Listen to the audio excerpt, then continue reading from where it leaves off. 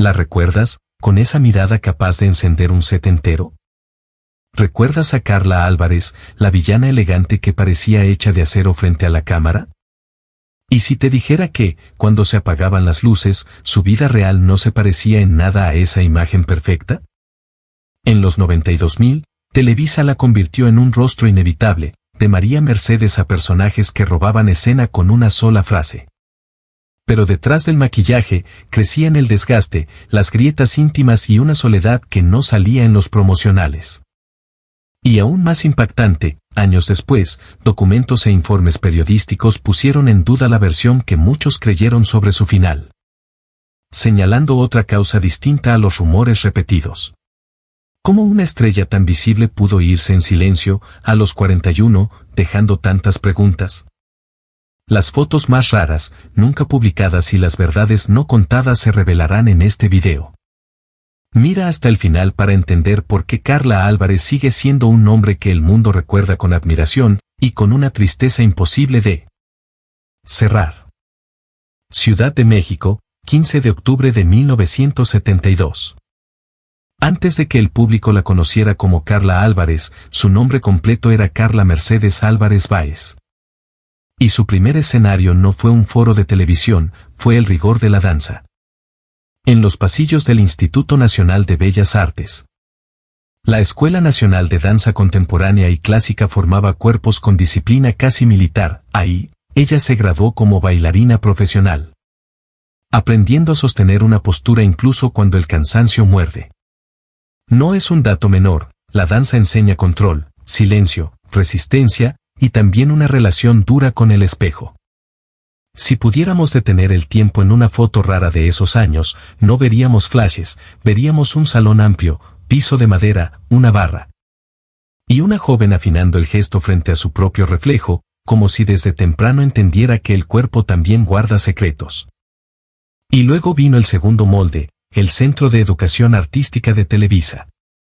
Ahí, su disciplina de bailarina se tradujo en algo nuevo, aprender a ser otra persona sin romperse por dentro. Esa mezcla, control y actuación, sería, con los años, su brillo, y también una presión que casi nadie supo leer a tiempo. En Televisa, a inicios de los 90, el destino a veces no llegaba con un aplauso. Llegaba con una lista pegada en una pared y un número escrito a mano. Carla venía con disciplina de bailarina y la formación del CEA, pero entrar al elenco de una telenovela era otra batalla, cámara, ritmo industrial. Y la presión de funcionar desde el primer día. En 1992, la oportunidad tomó forma concreta, su debut llegó como Rosario Muñoz González, la hermana del personaje de Thalía en María Mercedes. Para el público, era una cara nueva, para ella, era el primer examen público de resistencia. Si hubiera una foto rara de ese momento, sería un pasillo frío, un libreto doblado con esquinas gastadas. Y una joven apretando la mandíbula para que no se notara el miedo. El impulso no se quedó ahí. Entre 1993 y 1994 apareció en Buscando el Paraíso, y el nombre empezó a circular en pasillos donde la fama todavía no es fama. Es la chica que sí llega preparada. En 1994, su agenda se llenó de pruebas de cámara y llamadas urgentes, prisionera de amor y, sobre todo, agujetas de color de rosa, donde interpretó a Isabel. No eran aún los personajes icónicos que la gente recordaría después, pero eran ladrillos. Cada producción le enseñaba algo distinto sobre la maquinaria, cómo sostener un personaje durante meses, cómo sobrevivir al escrutinio, cómo sonreír cuando el cuerpo pide descanso. Y ahí, casi sin que nadie lo notara, se estaba armando el contraste que marcaría su vida. Por fuera, una actriz cada vez más segura, por dentro, una mujer aprendiendo a esconder lo que le dolía para no perder su lugar. A mediados de los 90, Carla Álvarez dejó de ser una promesa y empezó a convertirse en una figura reconocible. De esas que el público identifica antes de leer el nombre en los créditos. El punto de inflexión llegó cuando pasó de sostener escenas a cargarlas. En 1996-1997, protagonizó Mi querida Isabel junto a Ernesto Laguardia, y ese cambio fue decisivo, ya no era solo la presencia que acompaña. Era el rostro que conduce la historia, el que debe enamorar, sufrir y convencer durante meses, bajo un ritmo de producción que no perdona. En las fotos de promoción, su imagen aparece limpia, luminosa, casi intacta. El tipo de fotografía que las televisoras guardan como prueba de que todo estaba bien. Pero la fama, en telenovela, no siempre te corona como heroína, a veces te marca como villana, y ese sello puede ser una bendición y una jaula. En 1998, la mentira la consolidó como antagonista principal con Virginia Fernández Negrete, un personaje construido para irritar y fascinar. La prensa y el público empezaron a asociar su rostro con esa dualidad, mala en pantalla, impecable en los foros. Capaz de aparentar dulzura mientras sostenía la crueldad con una mirada fría. Quien la vio ahí entendió por qué era tan efectiva, su villanía no gritaba, perforaba. Y eso la volvió necesaria para el melodrama de Televisa, donde una gran historia casi siempre pide una gran sombra. Luego, la racha siguió alimentando el mito, Alma Rebelde 1999, La Intrusa 2001, Vivan los niños. 2002, 2003, Inocente de ti, 2004, 2005, Heridas de amor, 2006, títulos que, juntos, construyen una biografía de televisión continua. Como si su vida estuviera siempre al aire. Y mientras el público la veía fuerte, las ceremonias y la industria anotaban su nombre en nominaciones. Se registran postulaciones a premios telenovelas en distintas categorías a lo largo de esos años, señal de que su trabajo no era solo popular. También era observado por el sistema que decide quién merece quedarse en el centro. Sin embargo, en medio de esa maquinaria de perfección, aparecieron grietas sutiles que casi nadie quiso leer. En 2003, cuando entró a Big Brother VIP, la cámara dejó de ser personaje y se volvió vigilancia, ya no interpretaba a alguien. Era ella bajo un formato que premia el desgaste. Para muchos fue curiosidad, para otros. Una señal de que incluso las figuras más controladas buscan una salida cuando el peso de la imagen se vuelve demasiado. Y ahí nace el contraste que perseguirá toda la historia, su foto famosa es la villana impecable. Su foto rara sería otra, una mujer en un camerino vacío, con el maquillaje a medio borrar. Respirando hondo como si el aplauso no alcanzara para sostener la noche. En la televisión, Carla Álvarez parecía imposible de quebrar. La villana elegante, la mujer que entraba a escena y hacía que el aire cambiara. Pero la vida privada rara vez respeta el guión, trabaja en silencio, detrás del maquillaje, donde nadie aplaude. Y a ella, el detrás le empezó a cobrar un precio en forma de rumores, presión y una exposición que se volvía cada vez más agresiva. Hay un tipo de escena que no sale en los making of, un camerino con luz blanca, la silla frente al espejo. Y el sonido de un secador que no alcanza a tapar el murmullo del pasillo. Afuera, alguien comenta su cuerpo. Alguien mide su rostro. Alguien decide que una actriz ya no es una persona, sino un tema. Años después, esa atmósfera se volvería parte del relato público sobre Carla, versiones insistentes sobre supuestos trastornos alimenticios. Depresión o alcoholismo, repetidas con la ligereza con la que se repite un chisme, hasta que la mentira suena a verdad. Y lo más cruel es que, cuando una figura se hace famosa por interpretar la oscuridad, la gente empieza a creer que su oscuridad real también le pertenece. El primer nudo íntimo que la prensa no soltó fue su vida sentimental. En 1994, Carla se casó con el actor Alexis Ayala y, según relatos posteriores atribuidos a él, fue un matrimonio impulsivo. Nacido de una noche de copas y de una decisión sin el plan romántico que el público imagina, duró apenas unos meses. En cualquier otra vida, eso sería un episodio privado. En la suya, se volvió combustible para titulares, porque en el espectáculo, el amor no es amor, es contenido.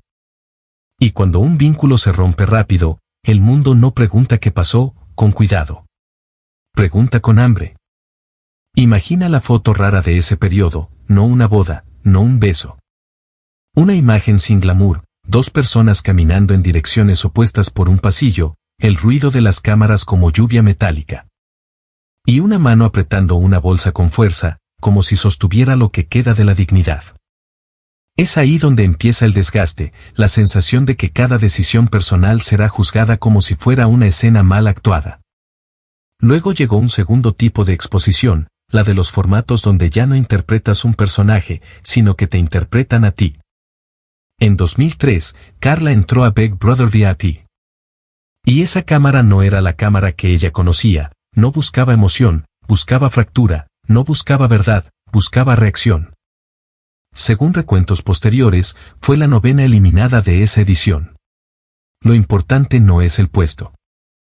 Lo importante es el mecanismo, encerrar a una persona famosa, observarla y convertir cada gesto mínimo en prueba de algo. De pronto, la misma sociedad que la adoraba por ser villana, empezó a analizarla como si la vida fuera un tribunal. En una telenovela, Carla podía controlar el ritmo. En un reality, el ritmo la controlaba a ella. La madrugada tiene otra temperatura cuando sabes que alguien te mira incluso cuando no estás lista. Y si alguna vez existió una foto rara de ese encierro, sería la más simple, una mujer sentada en silencio, mirando una pared, sin música, sin texto. Sin el escudo del personaje. Solo ella. Y cuando la exposición se vuelve constante, el cuerpo se convierte en campo de batalla. En 2007, esa guerra de rumores ya había crecido lo suficiente como para exigirle una respuesta pública. Y ella respondió de forma tajante, negó ser alcohólica, anoréxica o sufrir depresión, y dijo que esos comentarios afectaban también a su familia. No es una frase cualquiera, es el tipo de defensa que nace cuando tu nombre ya está siendo usado como diagnóstico sin evidencia, como etiqueta fácil. En la industria, a veces el dolor no se escucha, hasta que la propia persona tiene que gritar no soy eso. Pero incluso una negación fuerte no detiene a la maquinaria. Porque el espectáculo tiene un truco perverso, si una actriz lo niega, algunos lo toman como prueba de que es cierto. Y ahí aparece la jaula invisible. Carla seguía trabajando, seguía sosteniendo proyectos, seguía apareciendo en pantalla en años posteriores. Para el público, eso parecía estabilidad. Para una persona real, puede ser lo contrario, trabajar como forma de respirar, como único lugar donde el caos no entra. La tragedia, sin embargo, no explotó con una escena escandalosa. Llegó como llegan las noticias que duelen más, con un golpe seco y una fecha que se vuelve lápida. Carla Álvarez murió en su domicilio el 15 de noviembre de 2013, con 41 años. Los primeros reportes que circularon en medios hablaron de un paro cardiorrespiratorio y vincularon el cuadro a problemas de salud relacionados con bulimia y anorexia, citando información atribuida a autoridades y a lo que la familia habría informado sobre padecimientos y tratamiento. Fue el relato que dominó titulares, rápido, contundente, fácil de repetir y devastador para una imagen pública. Y aquí es donde el guión se vuelve más oscuro, porque no se trata solo de la muerte, se trata de lo que el mundo decide creer sobre tu muerte. Hay una escena que se podría filmar con una cámara quieta, una sala de redacción de madrugada, pantallas encendidas. Alguien copiando la misma frase una y otra vez para que salga antes que los demás. Bulimia y anorexia. Bulimia y anorexia.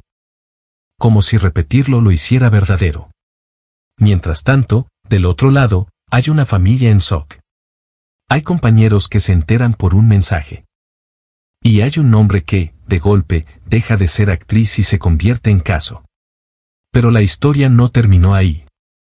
Años después, en 2017, Univisión publicó un reportaje afirmando haber tenido acceso a documentos oficiales y señaló que la información difundida al momento de la muerte era, como mínimo, imprecisa. De acuerdo con esos documentos, la causa habría sido una insuficiencia respiratoria aguda relacionada con neumonía viral. No el relato de un paro cardiorrespiratorio atribuido a trastornos alimenticios. Esta diferencia no es un detalle, cambia el marco completo. No solo cómo murió, sino cómo fue leída, juzgada y reducida. El eco de esa revelación siguió apareciendo en recuentos posteriores que recordaron su partida y mencionaron el paro respiratorio como causa, subrayando lo inesperado del final. Porque a veces la fama te da un tipo de inmortalidad, pero te quita el derecho a un cierre limpio. El mundo se aferra a la versión que más le conviene para armar una narrativa. Y si esa narrativa incluye morbo, mejor. Si hubiera una foto rara del último tramo, sería una foto sin rostro completo, una mesa con papeles médicos, un vaso con agua. Una ventana con luz pálida de mañana y el silencio pesado de alguien intentando recuperarse. Nada espectacular. Nada noticiable. Solo fragilidad. Y quizá por eso cuesta tanto aceptarla, el público quiere finales de telenovela, no finales humanos. Lo más trágico es que Carla siguió siendo Carla hasta el final, una actriz que trabajó durante años.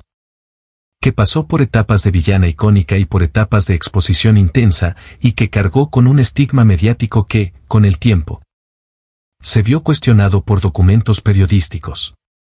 Su historia, en esa zona oscura, no es la de una mala de ficción. Es la de una mujer atrapada entre el personaje que el público adoraba y la persona que el público no sabía escuchar. En 2007 ocurrió un giro que no fue una escena televisada, sino un acto de defensa. Carla apareció ante la prensa para cortar, con palabras secas, el relato que otros ya estaban escribiendo por ella. Negó de forma tajante ser alcohólica, anoréxica o padecer depresión, y dijo que esos rumores no solo la golpeaban a ella, también a su familia. No era una frase de promoción, era una frontera. Y cuando alguien tiene que poner una frontera en público, es porque en privado ya lo han empujado demasiado. Después de ese punto, vino el intento de rearmarse sin pedir permiso. En 2008 volvió al melodrama con fuerza, y casi de inmediato encadenó proyectos que exigían temple constante, Las tontas no van al cielo 2008. Un gancho al corazón, 2008, 2009, y luego Camaleones, 2009, 2010. Como si el trabajo fuera el único lugar donde el mundo dejaba de discutir su vida y se concentraba, por fin, en su oficio. La foto rara de esa etapa no sería un estreno, sería una hoja de llamado doblada, una botella de agua a medio terminar y un espejo sin aplausos. Donde una mujer se repite en silencio, controla el gesto, y sigue. Y aún con pausas y apariciones puntuales, su último gran tramo televisivo llegó con Qué bonito amor, 2012, 2013, casi como una despedida sin anuncio. El destino, otra vez, no pidió permiso. Después de 2010, su presencia en pantalla se volvió más intermitente, pero no menos significativa.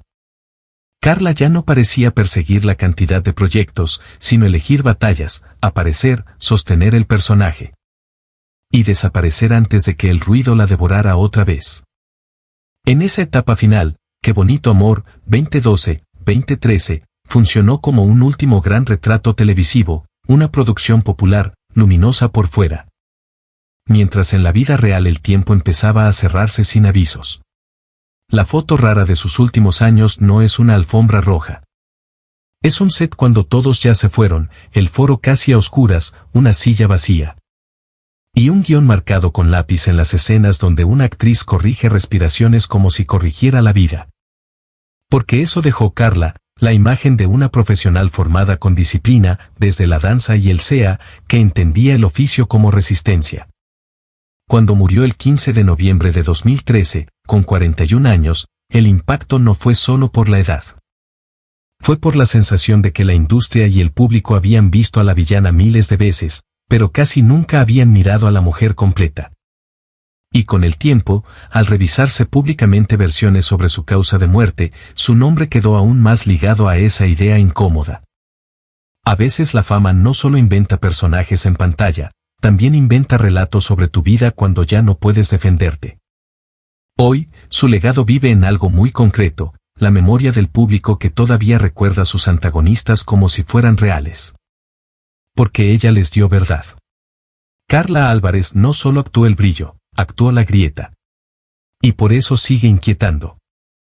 Al final, Carla Álvarez queda como una paradoja que México aún murmura en voz baja, fue famosa por interpretar la oscuridad con elegancia. Pero en la vida real tuvo que pelear contra una oscuridad distinta, hecha de rumores, presión y silencios. En las fotos famosas aparece impecable, segura, casi invulnerable, en las fotos raras, las que nadie enmarca, se sentiría otra verdad. Una mujer respirando hondo antes de salir a escena, como si supiera que el aplauso no cura lo que la mirada pública lastima. Y quizá esa sea la lección más triste de su historia: la fama no siempre te da una voz, a veces te la reemplaza. Te convierte en una versión que se repite más rápido que tus propios desmentidos. Carla se fue joven, sí, pero lo que deja no es solo nostalgia. Deja una pregunta incómoda, casi humana: ¿cuántas vidas privadas se rompen mientras el público pide otra escena más? Cuando el foco se apaga, solo queda el eco, y un nombre que todavía duele. Porque en el fondo nadie quiere aceptar que una estrella también puede desaparecer sin que el mundo haya entendido su verdad.